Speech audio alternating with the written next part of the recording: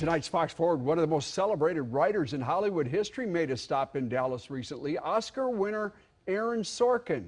He gave us The Social Network, A Few Good Men, The West Wing, and many other hits. His new movie is Steve Jobs, all about the brilliant but often difficult co-founder of Apple. Here's Fox Forward's Dan Godwin. It's a system error. Fix it. Fix it? Yeah. We're not a pit crew at Daytona. This can't be fixed in seconds. You didn't have seconds. You had 3 weeks. The universe was created in a third of that time. Great to say hello to the man who wrote Steve Jobs, Aaron Sorkin. Thank you for the chat. It's great to be here. How big an influence do you think was Steve Jobs on the world that we live in? Well, Steve Jobs has obviously had a huge influence on the world that we live in. Everywhere you go, people are looking at the world through their phones. They're communicating by text. They're on their laptops. But he's had an enormous influence. You see how this reminds you of a friendly face? It's warm and it's playful and inviting and it needs to say hello. So it can be a tricky business when you're trying to dramatize the life of a real person. In Steve Jobs, the movie divided up into roughly 3 sections, 3 key product launches. Yeah. Before I knew what I wanted to do, I knew what I didn't want to do. What I didn't want to do was a biopic, The Life of Steve Jobs.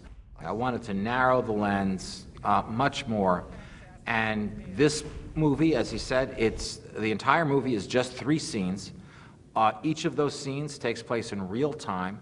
Real time means that 40 minutes for you in the audience is the same as 40 minutes for the characters on screen. You can't write code. You're not an engineer. You're not a designer. And how much dramatic license do you give yourself? Steve obviously did not have confrontations with the same 5 people in the 40 minutes before every product launch that he gave. That's a writer's construct. I don't think that the audience believes that that really happened, but the content of those confrontations is real. And what are you hoping people come away with? First of all, the thing that I really care about is that people are captivated for the 2 hours that we've asked for your attention in a dark theater. But there can be a lot of discussions about if Steve had been a nicer guy, would Apple have been as successful a company? There are going to be discussions about fathers and daughters and friends and partners and things like that. You're issuing contradictory instructions, you're insubordinate, you make people miserable. Aaron Sorkin, thank you so much. My pleasure. Thanks a lot for talking to me.